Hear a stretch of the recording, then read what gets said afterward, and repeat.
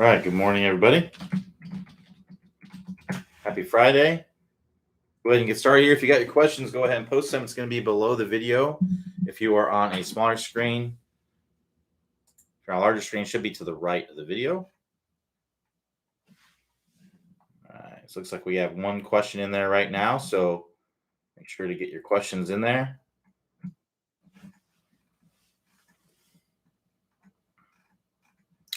All right. So Andrew K. Says, hi, Q. I'm working on improving my lag. I feel like I still set it too early at the top, then release it sooner than I would like. Do you like the exaggeration drill? Some credit Phil Mickelson, where you don't set your wrists. Where you don't set your wrists at all at the top of the swing. Basically, point the club up to the sky at the top of the backswing.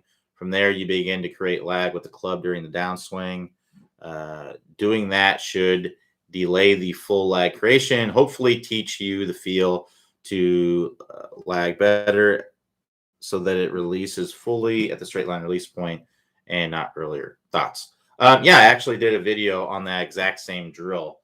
So if you do a search on the website for all-time best lag drill or all-time lag drill, you'll find the video that I'm talking about. That. Yeah, I think that's a big reason why a lot of people don't create lag. So just for those of you who aren't familiar, if we go up to the top and we really set these wrists very early, basically we get them fully set. The moment your wrist fully set, that's the moment that they want to unravel, right? So if I fully set it at the top, I'm going to want to unravel it. So I don't want to be fully setting it. I want to be fully setting it in the downswing, right? So having the feeling of basically being like this at the top and then fully setting it as late as you can, that's a great drill to help you to get more lag in the swing. So yeah, I'll look up that video for you so you can kind of see the one I'm talking about.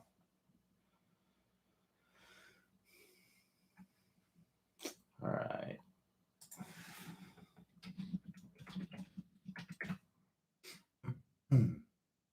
There we go. So I'll put that in the chat, that video, so you can go check it out. If anybody else wants to check it out, they can go check it out too. But yeah, I do think it's a great drill. I don't know who came up with it. I don't remember watching anybody doing it. I thought that I kind of came up with it, but maybe not. So JY says, happy Friday, Q and G 149. Stop thinning and fatting shots. Hit the ball, then the turf. You say to slide the hips 3 to 6 inches forward in the downswing. I don't think I said to slide. I wouldn't be saying that. There is lateral movement of the hips. This completely makes sense to me when hitting the ball off the ground. What does that mean for driver too? Not necessarily for driver. For the driver, we're going to stay a little bit more behind the ball. There is a little bit of lateral movement, but there's usually less. And typically, if you take a wider stance, that will keep you from that. But yeah, we don't need to move as much forward. We do need to move into the lead side, but not as much lateral movement as you would with the iron. Also, if whole body moves forward, hips and shoulders, how to keep my head behind the ball with the driver, something that seems essential for hitting up on. Yeah, so like I said, your shoulders can move forward without your head moving forward, right? So my head's completely still and my shoulders are moving forward, right? So yeah, we do want to stay behind the ball even with irons, but there is lateral hip movement for sure. I feel that I need to hang back a little with the driver, but also notice that I hang back too much. I block a ball way out to the right. How do I manage this for consistency? So I would take a look on video and see what's going on. I mean, if you're doing it too much, then I'd work on something like the nose behind the ball drill from the Stable Fluid Spine course to get more consistency with it. So Gordon D says, hi, Q. I am always amazed at the distance John Rahm hits the ball. Can you please talk a little about John's technique and how he manages to produce such a club head speed with such short backswing? So It's not so much technique. Obviously there is technique involved there, but um, the fact that John Rahm is able to create as much speed with a shorter swing has a lot to do with him being like 6'2" and two whatever. I mean, he's probably 250 if I had to guess. He's a big guy. Um, so it has to do with that. And it also has to do with the fact that his neurological system has been trained to hit the ball much faster than the average person, right? So what that means is you can kind of compare this to, a car that is the same size as another car, but is much faster than another car. So like a Volkswagen Beetle versus like another car of similar size, like a sports car, like a Mustang or a Corvette or something like that, right?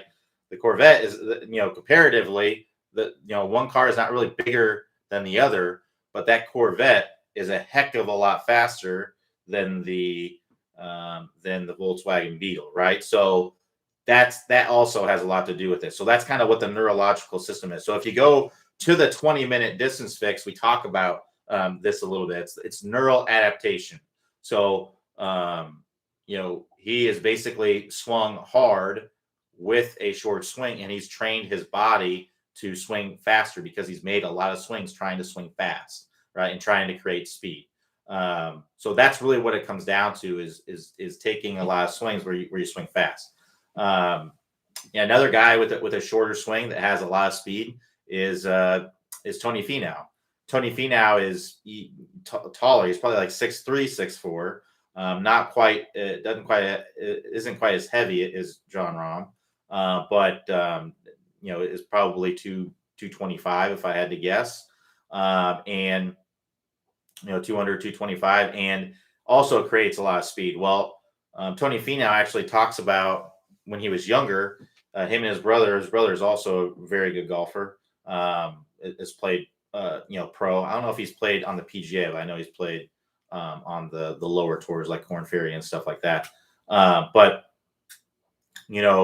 both very very good golfers. And his dad put up a mattress vertically, kind of standing up, and him and his brother on each side of it, and they would try to hit balls into it, trying to make the loudest sound possible, right? So he was having to take a shorter swing in his garage, and he was trying to swing as hard as he could to make as big a sound as he possibly could.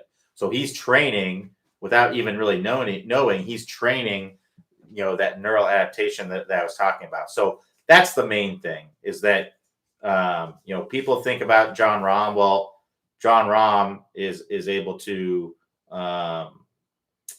create speed because he's a big guy. He's strong, right? And he also his nervous system has been adapted to be able to do that. It's like the same reason why, Spud Webb, who's 5'8" or something like that, wins a dunk contest. And I'm taller than Spud Webb, but I have no chance of winning a dunk contest. I can't dunk, right? I can barely grab the rim, or not grab the rim, grab the net these days. I used to be able to grab the rim a long time ago, but yeah, there's things that, from a neurological standpoint that you're just not going to be able to do unless you train those things. So I don't know Spud Webb's background, but I'm guessing jumping, and trying to jump as high as he can all the time, to get to where he is with the jumping ability. So that's what it comes down to. Now, on top of that, there is technique involved, right? He is getting, even though he has a shorter swing than most players on tour, he's still getting a 90-degree turn. He is creating a lot of lag in the downswing. He's getting that club to lag behind, and he sequences everything really, really well. He releases the club out in front. From a technical standpoint, it looks really, really good. It's just shorter than what you see most tour players. And then the other thing that really helps him get a lot of distance is he really maximizes his numbers. So he gets a lot of shaft lane, and he hits up on the ball a lot. So he's almost hitting it like a top spin forehand, right? That's what he's doing. So that allows him to launch it as high as he can with low spin. So he's just like hitting little or big low knucklers all the time that carry pretty good and then get some pretty good rollout after the fact. So he's just doing a lot of things that help you get speed. Now, keep in mind, if Jon Rahm took a bigger backswing, right, he would probably hit the ball farther. And he's actually talking. I didn't know this until it was several months ago.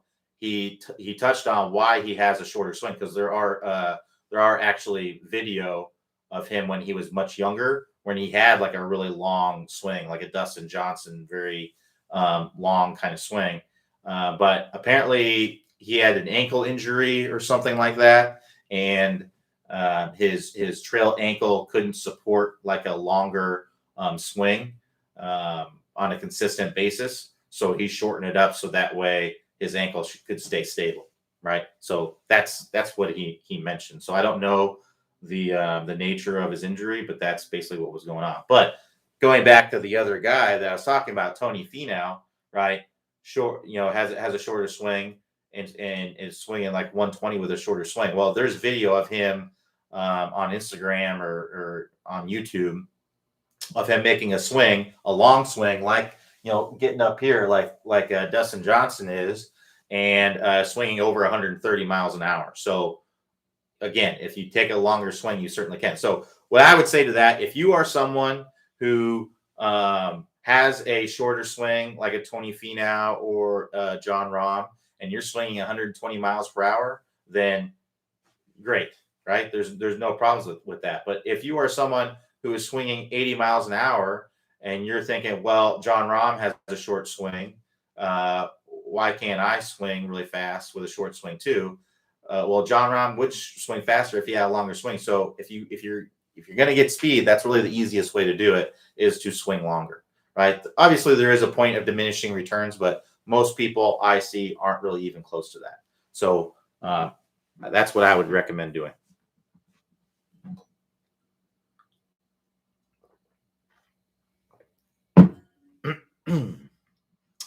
All right, so let's keep going here. So Jared B says, thanks for the shaking ideas yesterday. It was definitely too close to the ball. No problem, Jerry. Glad it helped. So Andrew K says, thank you. I don't care what Clay says. You know what you are doing. Clay says, I don't know what I'm doing. Thanks, Andrew. JY says, Andrew K's question makes me think of Indy Park's swing. It looks like she points the club straight up in the backswing. Any thoughts on her swing, please? I haven't really looked at her swing very much, so sorry, I don't really have any thoughts on it. Dennis K says, how do you reconcile the ideal spine angle with the requirement to set your body parallel to the slope on a downhill lie? Yeah, so basically, when you're looking at the spine angle, I would look at that in relative to the slope of the ground. So if you have a flat ground, right, when we say 68 degrees, that's relative to the ground, right? So if you're on a downhill lie, then let's say the slope, it's a downhill slope that's 5 degrees, right? Well, then your spine angle is going to change by 5 degrees, right? You might actually get very vertical if you had a 5-degree downhill slope.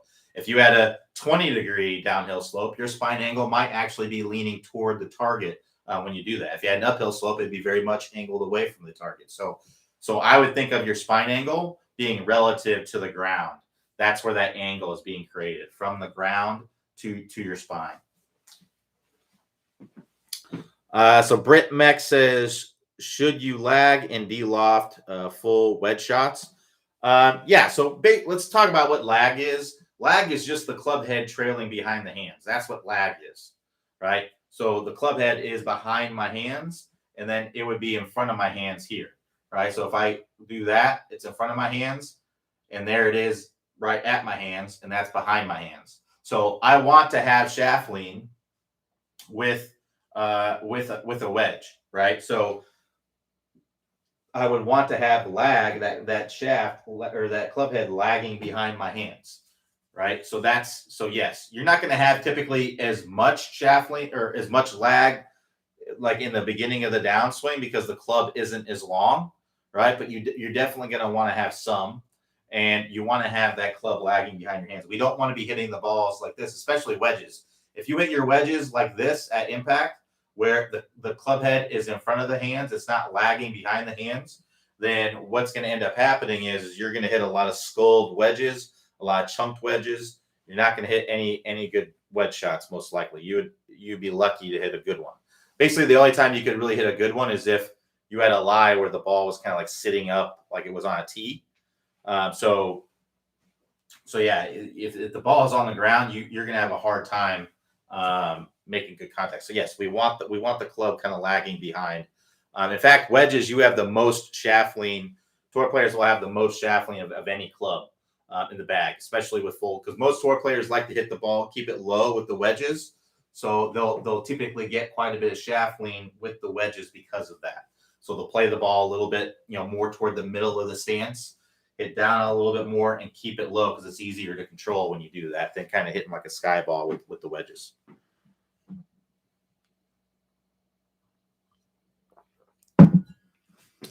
So Gordon D says, thank you, Q, for the chat. Reed, John Rahm, Tony Finau, no problem. All right, keep the questions coming. We got about 45 minutes left. So Rick C says, regarding the shaft lean with wedge, can you comment on this might be different when pitching? Just depends on what kind of trajectory you want, right? So if you want a low trajectory pitch, right, you're going to have more shaft lean. If you want a high trajectory pitch, you're gonna have less shaft lean. You still want shaft lean on all of these shots. It's just it'll vary, right? If you want to hit a higher shot, then you may release it a little bit more. If you want to hit a lower shot, you get more shaft lean, right? If you want to hit a medium trajectory shot, then you get somewhere in between, right? So it just depends on what kind of trajectory you want on those shots. Because with a wedge shot, you can stop a ball with spin and you can stop a ball with angle of descent, right? So what that means is, when the ball is coming down, how steep is the angle? Is it coming in flatter or is it coming in steeper, right? So the flatter it comes in, the more it's going to typically roll out. The steeper it comes in, the more it's going to just kind of sit there typically, right? So, you can get it up in the air a little bit. It may help it stop, but it's typically going to have less spin when you do that. So it just depends on what kind of shot you're trying to hit. If you need to carry it, whether or you can kind of bring it in low with lots of spin and it can skip a little bit and then stop. So it just depends on what kind of shot you're trying to hit. So Matthew says, would your spine angle be different for irons versus driver? It can be a little different just by virtue of the way that you're trying to hit the ball, right? So with an iron, we're trying to hit down on the ball, right? So you can imagine, I actually have this ball here with a nail in it. You can imagine driving a nail down into that ball. That's kind of what we want to feel like with the irons. Now with a driver, we want to hit up on the ball because we don't have the ground in the way. That's going to allow us to hit it farther, higher launch, low spin. So we want to imagine we're driving the nail up in the ball. So imagine what kind of body angles you would have if you were driving a nail down versus driving a nail up, right? Now, we don't want to be like this so much with irons. We still want to be somewhat angled away as we're coming in, right? So this would be like an iron, right? Driving that nail down into the ball. And this would be, I can get wider here. And this would be like a driver driving the nail up into the ball, right? So that's basically what's going on. If you kind of want to see the differences, what you can do is just search your favorite tour player. Someone mentioned John Rahm earlier. John Rahm really hits up on the ball nicely with his driver. I'm sure there's plenty of video of his swing online. Go search John Rahm face on with the driver and John Rahm face on with the iron. And what you'll likely see is the spine angles and the body angles are more angled away with the driver to promote more with upward angle of attack on the ball than they are with an iron.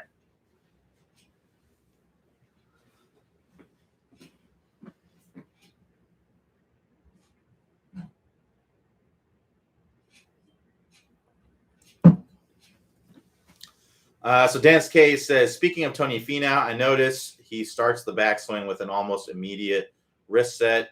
Any pros or cons to that technique? Um, I would say the pro is that you're almost kind of already setting the wrist. The con to that is that when you do that, you're going to tend to want to unset it earlier. So if you are capable of setting it and then keeping the club lagging behind, then that's a perfectly fine thing to do. But if you're someone who sets it and then as soon as you get it up here, you let it go, then I wouldn't really recommend it.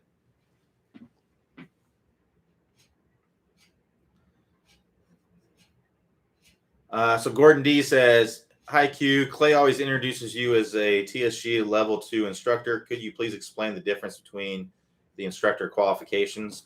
Yeah, so um, level 1 is basically having an understanding of the top speed golf system and the move, and maybe a couple other things.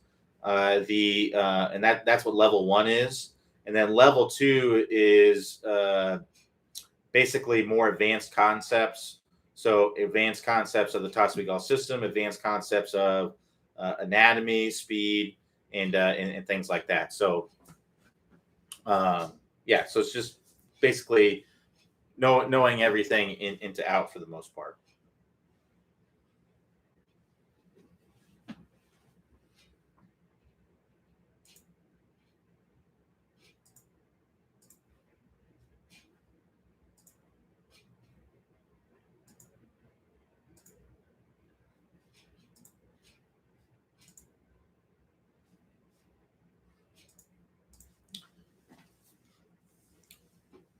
All right, so keep the questions coming here.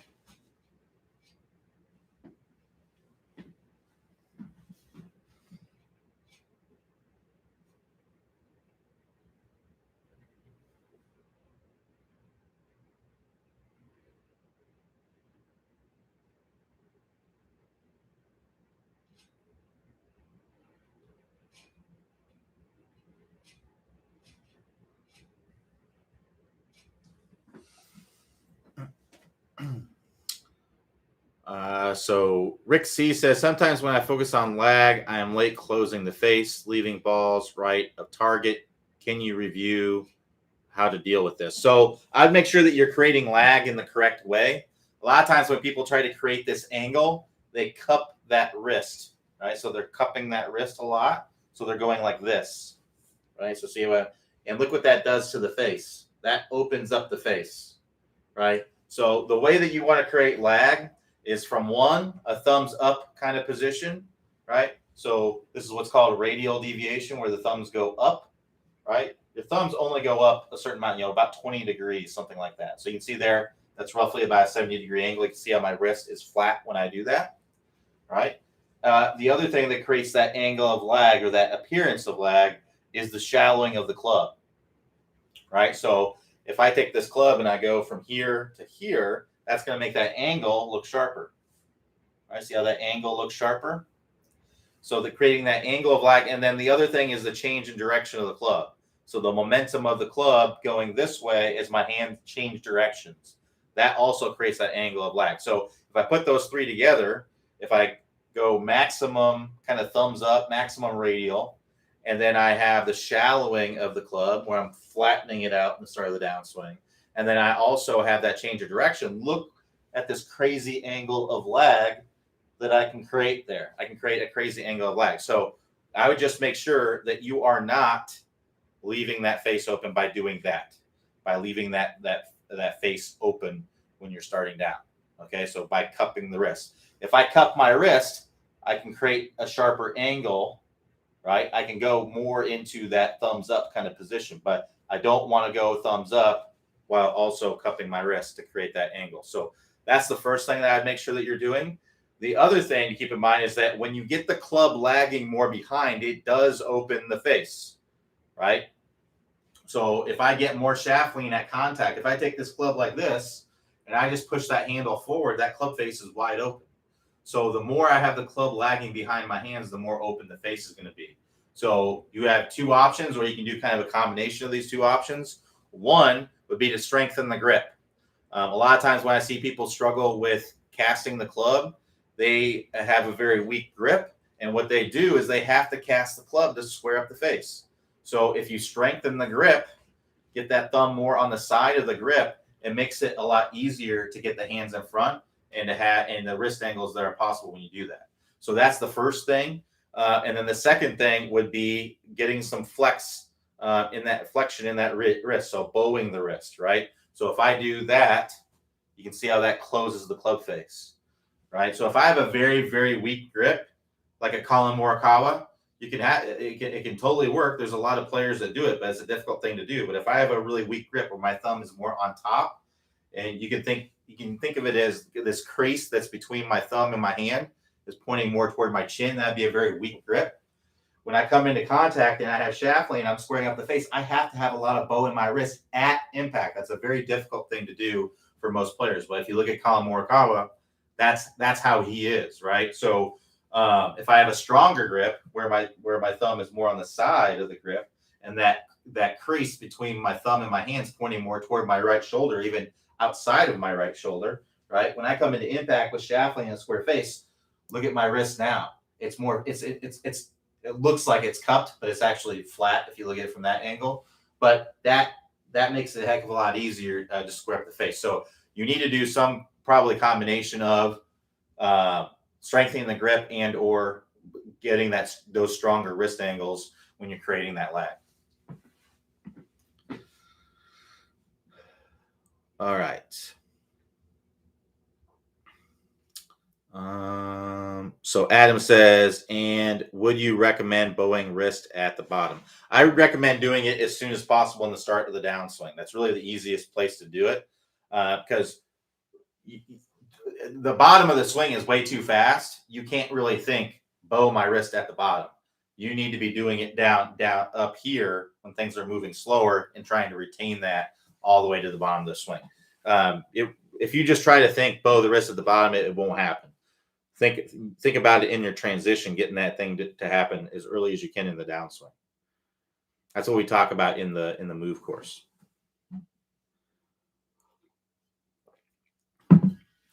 So Richard H says, Q, I know it's overdone, but can you talk about the ball position and address? I have a habit of the ball creeping back in my stance with irons as round progresses. I mean, here's the thing about ball position. I mean, if you're hitting great shots, it doesn't matter where the ball position is, to be honest, right? So if the ball position is creeping back, it's fine as long as it's not causing issues, right? So I wouldn't necessarily get too worried about it, but as a generality, what I would say is straight down from the lead ear is a good place for most players for about any shot that's off the ground. You can move the wedges more toward the middle of the stance to make it easier to get a little bit more shaft lean, hit down on a little bit more to keep it lower with more spin.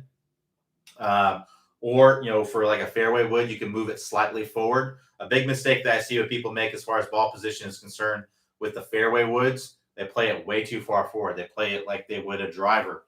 That's going to make you hit thin and chunk shots. So play it in a very similar place you would play your 7-iron. And you can maybe move it slightly forward, like a ball forward. And when I say a ball, I'm talking like the width of a ball. So width of a ball is like that much, right? So that much more forward. And then for the driver, I like off the lead shoulder for most people, but slightly more forward, slightly more back is good too. So a lot of it just depends on what kind of shot you're trying to hit. If you're trying to hit a draw, it may be more beneficial for you to put the ball a little bit farther back in your stance. It makes it easier to swing from the inside. Trying to hit a fade, may be beneficial for you to put the ball a little bit more forward in your stance. Makes it easier to swing out to in, right? So, I wouldn't get too caught up in trying to find the perfect ball position because it just doesn't. Obviously it makes a difference, but if the ball creeps back slightly in your stance, unless it's just causing you to hit terrible shots, like it can. What that can do is, it can get you to where if you're starting to snap hook them or hitting them too low with the ball back in your stance, move forward, right? So that way your path isn't so far into out, and you can get the ball up in the air a little bit better.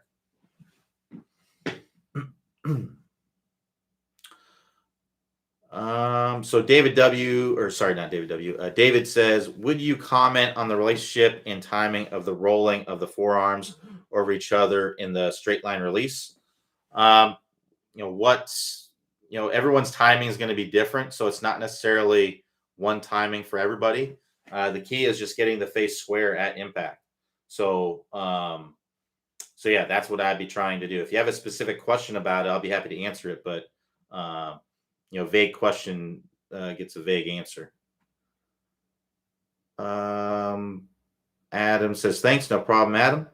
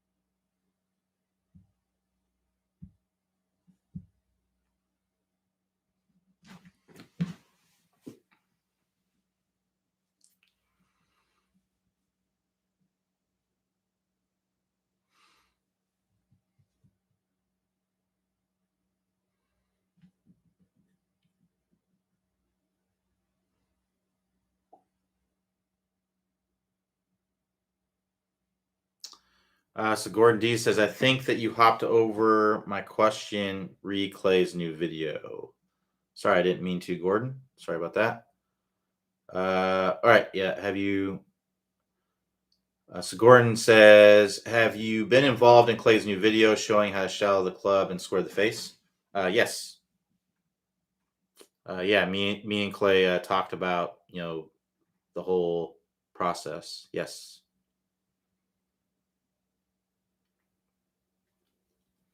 There's lots of ways to do it. We're just trying to discuss kind of what the easiest way is.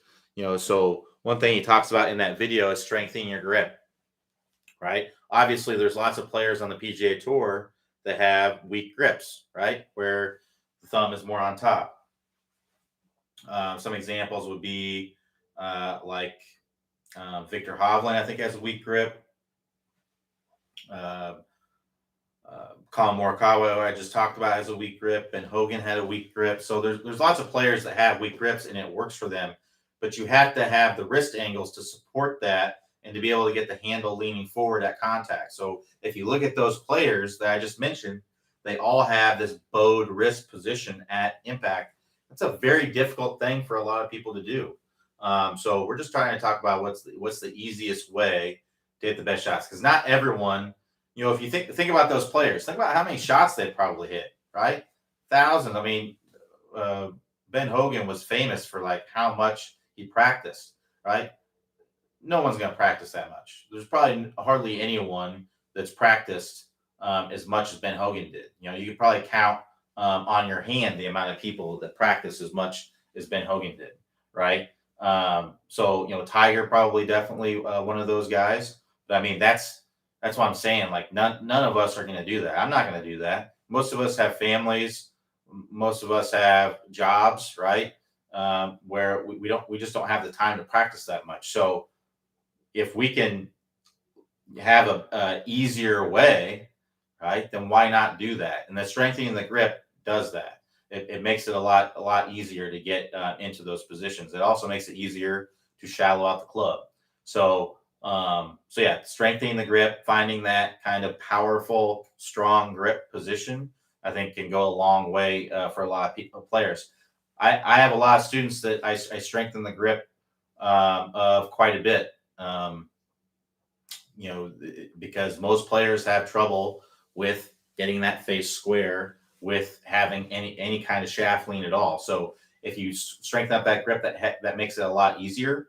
And then as far as the shallowing of the club part, well, one, that goes a long way with shallowing out the club, getting that really strong grip, but also, kind of the baseball feel of how the elbows are coming in like this. A lot of people, they're pulling down from the bottom, right? They're staying very upright in their swings with their body inclinations. Their elbows kind of going back behind their body. If we can stay in our posture and we have to create space for our elbow. So a lot of times, naturally, people will not go into early extension because they know if I'm going to get my elbow in front, I have to have space for it. I got to push my hips back and turn through to be able to do that. So yeah, I think that feeling is a really really good one as well.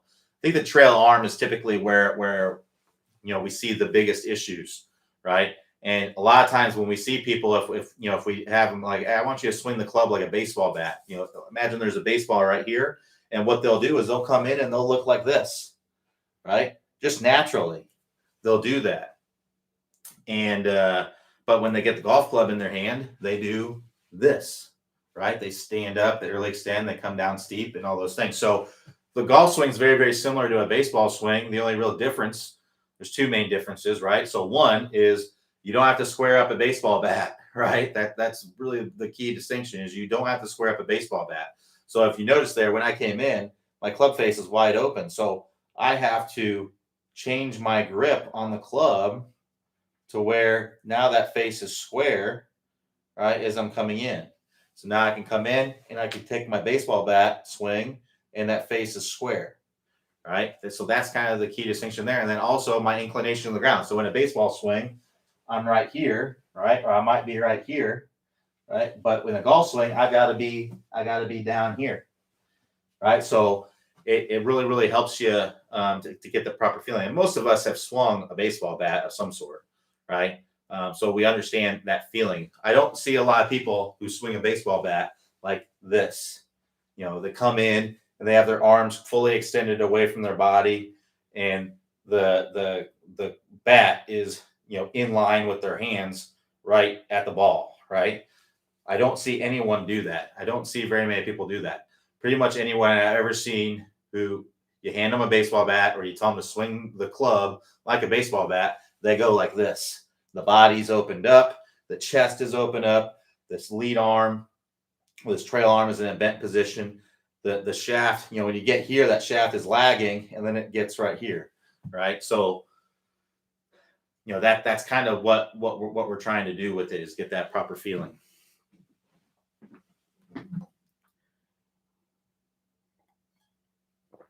I mean, that whole shallowing thing, it is the move. It's just a more refined, what's the easiest way to do the move kind of thing. And one thing that Clay talks about in the move is trying to get shots to hook, but he doesn't really, and one thing we talked about this is one thing that would have made the move better is if we really emphasize, hey, hook the snot out of the ball. That's what we need to do at first. Really commit to it and understand that you're going to straighten it out. But we say that in the move to hook the ball, but it's not as emphasized, right? It's not, when I've actually had some students kind of work through a similar process and they tell me like, oh, I hit these terrible hook shots. And I'm like, no. That's what we want to do. Even though I mentioned that, like, hey, hook a bunch of shots, when they went to the range and they were hooking shots, they still felt bad about it. So whenever you're changing anything in your swing, the fastest way to make that change is to exaggerate the opposite of what you're doing. So if you're struggling with not getting the club shot out, not able to get the face squared up, you're having to come down steep, stand up, flip to square the face, you have to exaggerate the opposite as much as possible. I would exaggerate staying in your posture, swinging out to the right, closing the club face, get that ball snap hooking, and then ease off of it little by little to get a much better strike. So you'll move the needle a lot more if you do that.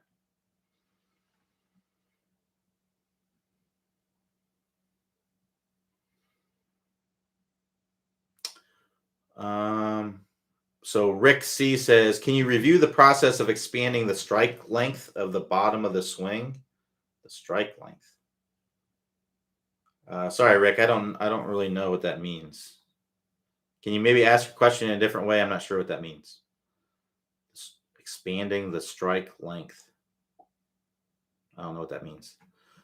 Richard H says, I've been concentrating on feel of keeping a cupped right wrist at impact on chip shots, and it helps with bowing the right wrist on full shots. Do you think that will lead to issues down the line?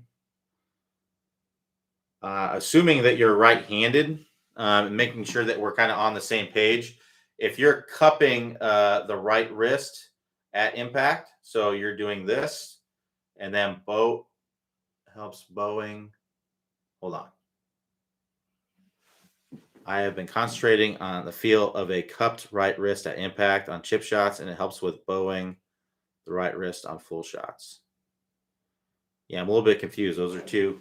So what I would say is that a lot of times, I think the question you're trying to ask is if you're doing something in your chipping that you wouldn't want to do in your full swing, is that going to be issues? I think that's what you're trying to ask. So it can a lot of times, and not for this doesn't happen for all players, but for some players, what they do in the short game can bleed into the long game and vice versa, right? So if you're working on trying to get a lot of shaft lean in your normal swing, right, that can happen in kind of the short game swing as well. So it can bleed over, but not very much. And, this is one thing that happened with Victor Hovland. I've actually, Jeff Smith, he's Victor Hovland's coach, and I've listened to him talk about in interviews about, Victor Hovland really leans that shaft forward, gets a lot of shaft lean, and Victor Hovland really struggled with, around the greens, like chipping, pitch shots, and things like that, because he got so much shaft lean that it just made it more difficult. He's really digging the leading edge into the ground and things like that. So he has to make like a distinction between those swings. So, like I said, you can kind of have that bleed into that part of your game. So I'm not sure exactly. You mentioned, we don't, bowing the right wrist, if you're right-handed, that's not what we want to do in the full swing, right? You want it to be kind of extended back, which, some people will call cupping, right? So I would call this cupping, and I would call that bowing, right? So this is bowing, that is cupping. So if you're cupping the wrist, that is what we want to do. We want to have some extension in that wrist when we're coming into impact. For bowing, then that would be kind of like a scoopy motion, right? Which is not what we want. Not even for most chip shots. I think some chip shots, depending on the shot that you're trying to hit, it can be okay to kind of feel, a bowing motion to try to slide the club underneath the ball if you're trying to add a lot of loft. But it's not a real high percentage shot. It's a very difficult, highly skilled shot to do. So Adam says, I have a tendency to pitch forward, head moving forward 3 or 4 inches, and shoot my butt back in my backswing, then hump forward in my downswing. I'm fairly flexible. Is this common? Why does this happen? What is the most effective way to work on this? So, Adam, you need to work through the stable fluid spine course. That's what you need to work on. I wouldn't say it's necessarily a flexibility thing. I suppose it could be. I mean, if you're wildly flexible, I suppose that is going to make it easier to move your head around. I suppose. But if we have a stable fluid spine, then the head's going to be fairly steady, right? So that's what I'd recommend you go work on. Is work on the stable fluid spine. As far as the reasons why it can happen, there's a lot. I mean, it could be just that's what feels natural or powerful to you. It could be something in your setup that makes you want to move. Maybe you're setting up with, a lot of spine angle toward the target, and then you have to move off of the ball. So if you set up with spine angle at address, right, and then you start the swing from there, right, then there's going to be less move off the ball. So those would be things I'd be looking at, but I'd highly recommend working through the stable fluid spine course. It's really the number one key to consistency. So if you want to check that out, click the instruction tab, then click the top speed golf system, then click the stable fluid spine course.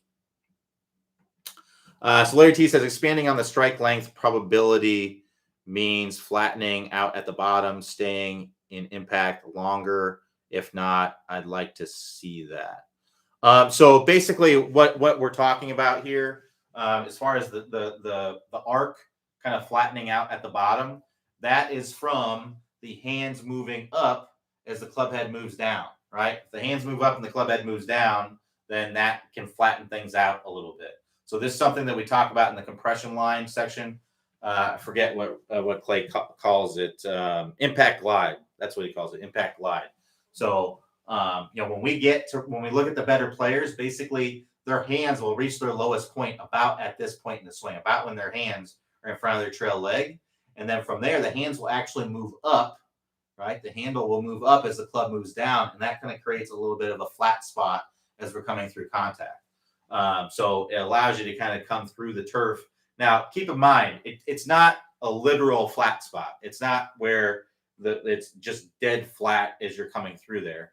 It's still an arc. It's just a much wider arc, right? So it allows you to kind of come through, shave that top layer of the turf off. Like, when you look at Tiger's divots, right? I mean, it's like he's a surgeon and he just took like a scalpel and shaved that top layer of turf off of there. That's basically what's going on. He's coming in and he's getting these hands low, and then the hands are moving up as the club's moving down into the ball, and that's creating that impact glide kind of feeling there. So I'm not sure if that's what he was asking, but that's in the compression line course. It's kind of the advanced section. I believe that's in level 3. Might be in level 2, but I believe it's in level 3 of the compression line course, where we're talking about getting the handle to move up as the club head moves down to create that little flat spot there. So Richard A says, sorry, cupping right on chips and bowing left on full shots. I am right-handed. Yeah. So that is what we want to do. We want to have this cupped and we want to have that bowed, right? That works together. That's what we want to do. Yes.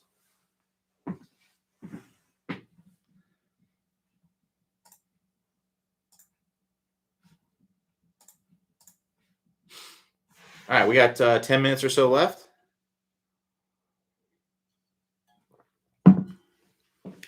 That's Super Bowl weekend.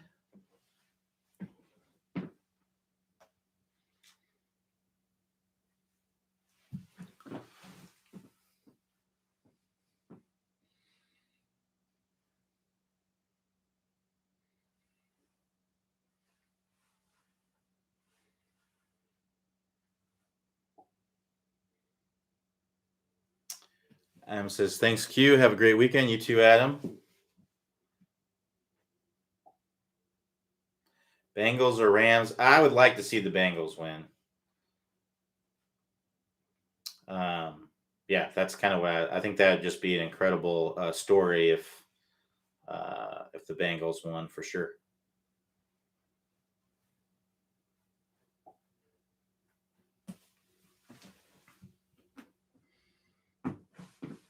It's funny. Several years ago, when the Rams were in the Super Bowl, I was rooting for them.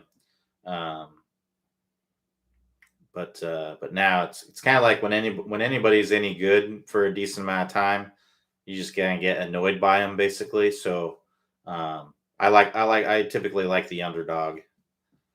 It's like Kansas City when they won the first Super Bowl, I was rooting for them, but now I'm not rooting for the Kansas City. It's kind of annoying that they're good every year.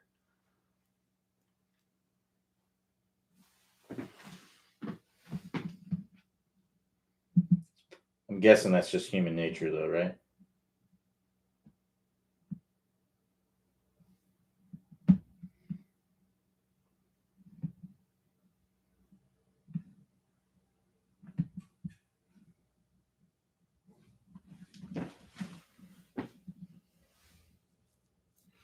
Yeah, if you have any more questions going into the weekend, I'll be happy to answer them. I do have to go right at noon, so let's get the questions in there.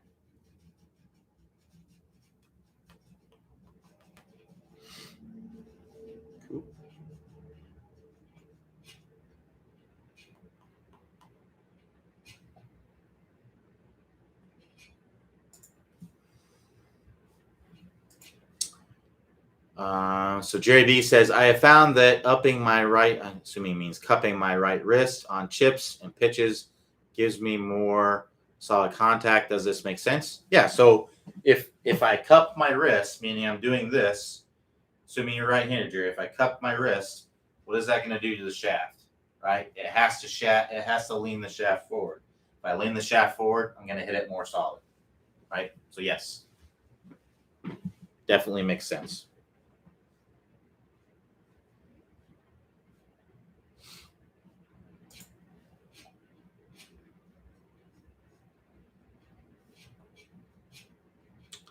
Gordon D says, I have to go. Thanks a lot for your help, Hugh. No problem, Gordon. Have a great weekend, buddy.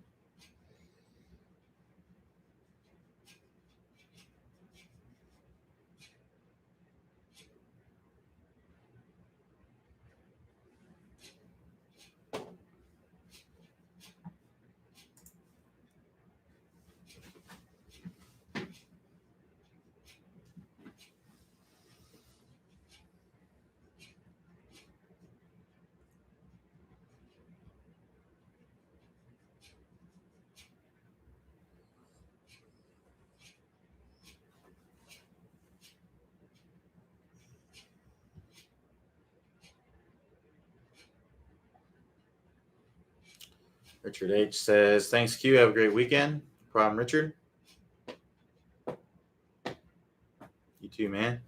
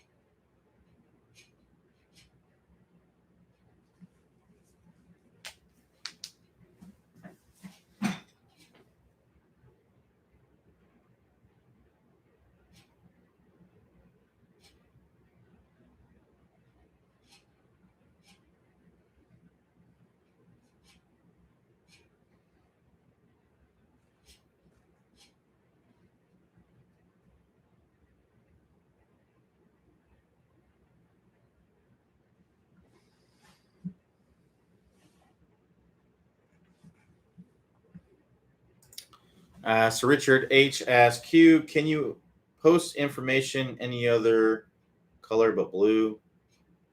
Is impossible to read the blue. Post information any other color but blue. Oh, I think that's because it's a link. I assume you're talking about on here. So that anything that's a blue, it's a link, right? So yeah, it's not the easiest to read. I think it's just because a hyperlink, hyperlinks are always blue, and it's blue on blue. So I know it's not the easiest to see, but yeah, it's not really anything to read. It's just a link to take you to. So that was a link to a lag drill that somebody was talking about earlier. Sometimes I'll put links for like the divot board or other training aids that people are looking for. Fortunately, I don't have a way to change that. I think it automatically makes it a link.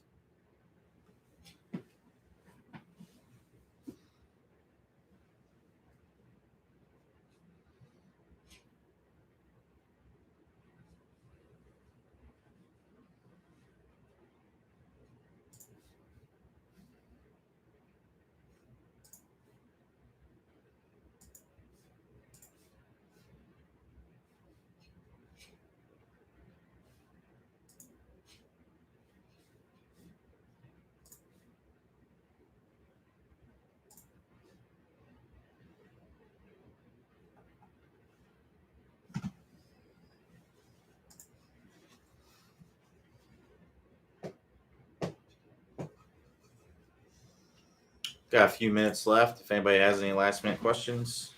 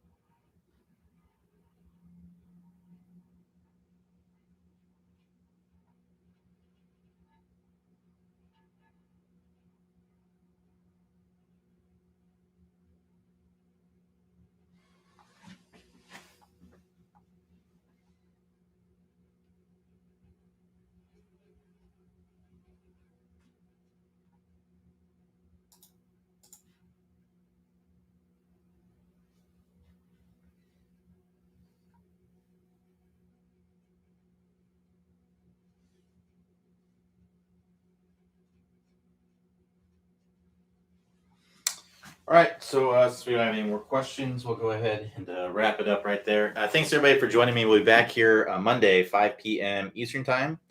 Everybody have a great rest of your day and great weekend. Enjoy the Super Bowl, and I will talk to y'all next time.